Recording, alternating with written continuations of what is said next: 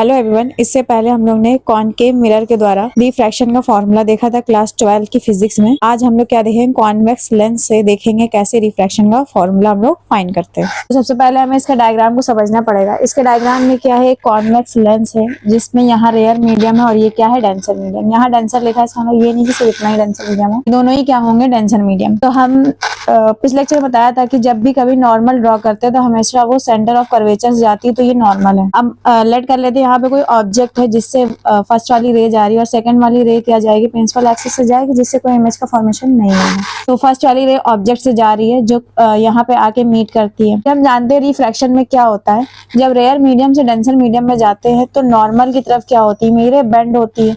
अब अगर ऐसे रे जा रही है तो नॉर्मल की साइड क्या होगी, थोड़ी सी ऐसे बेंड हो जाएगी। तो जब बेंड होगी, जितना बेंड हुआ है उसको अगर हम उस लाइन को पीछे की तरफ ड्रॉ करें, तो ये तो ऑब्जेक्ट था, पीछे की तरफ ड्रॉ करें तो ये प्रिंसिपल एक्सिस पे जहां पे मीट करेगी वो क्या हो जाएगी, मेरी इमेज हो जाएगी। तो ऑब्जेक्ट से जो एंगल बनता था उसको हम लोग अल्फा, और इमेज से जो एंगल बनता था उसे बीटा, और सेंटर ऑफ कर्वेचर से जो एंगल बनता था उसे गामा लेट करते थे। अब ये वाली कौन सी रे है, इंसिडेंट रे, और ये क्या है, नॉर्मल। तो इंसिडेंट रे और नॉर्मल के बीच जो एंगल बनेगा वो इंसिडेंट एंगल आई, और ये वाली रे कौन सी है, रिफ्लेक्टेड। तो रिफ्लेक्टेड रे और नॉर्मल के बीच जो एंगल बनेगा वो क्या होगा, रिफ्रैक्शन एंगल बनेगा।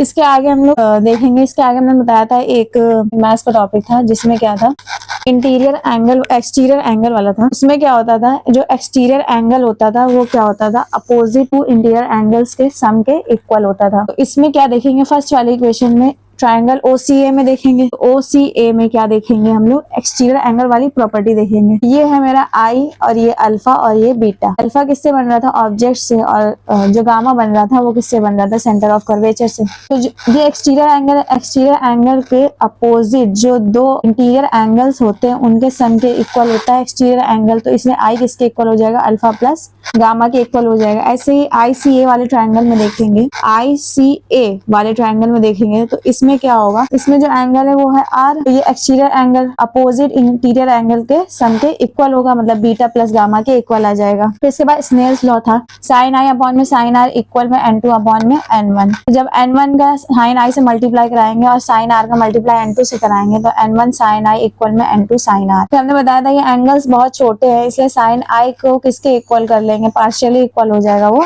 I के।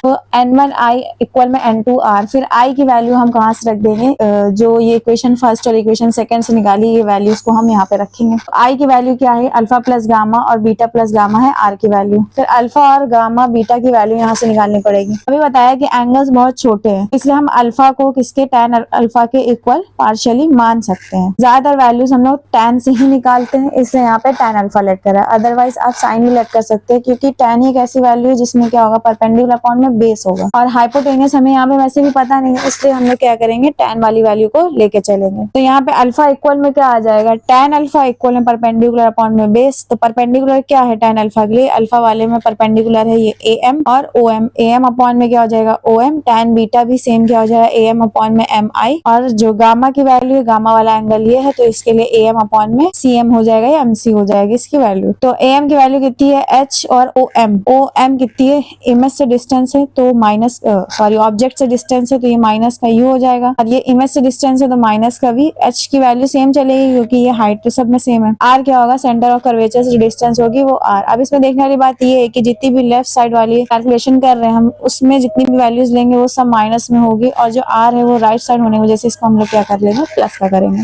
सारी वैल्यूज को यहाँ पे रखने पर सब में H कॉमन ले लेंगे। H कॉमन लेने पर 1 अपॉन में माइनस का U, 1 अपॉन में R, 1 अपॉन माइनस का V प्लस 1 अपॉन में R हो जाएगा। फिर N का मल्टीप्लाई जब अंदर कराएंगे तो N अपॉन में माइनस का U, N अपॉन में प्लस N1 अपॉन में R, N2 का कराएंगे माइनस N2 अपॉन में V प्लस का N2 अपॉन में R हो जाएगा। तो इसके आगे जब सॉल्व करेंगे तो R वाली जो डिजिट्स हैं उन्हें एक साइड कर लेंगे और बाकी सबको एक साइड करेंगे, तो ये N2 अपॉन में माइनस V को इस साइड लाएंगे तो ये प्लस का हो जाएगा। फिर N1 अपॉन में R को दूसरी साइड ले जाएंगे तो ये क्या हो जाएगा, माइनस, मतलब N2 अपॉन में R माइनस N1 अपॉन में R हो जाएगा। और यहाँ पे N2 अपॉन में V प्लस का हो जाएगा और N1 अपॉन में माइनस का U हो जाएगा। फिर यहाँ पे R नीचे कॉमन है तो दोनों में कॉमन ले लेंगे, तो N2 अपॉन में V माइनस N1 अपॉन में U इक्वल में N2 माइनस N1 अपॉन में R। ये क्या हो जाएगी, इसकी डेरिवेशन हो जाएगी। अब आपको ये पूरी डेरिवेशन समझ में आ गई होगी। अगर आपको इसमें कुछ डाउट है तो कमेंट सेक्शन में आप पूछ सकते हैं। If you like then please subscribe and thank you for watching.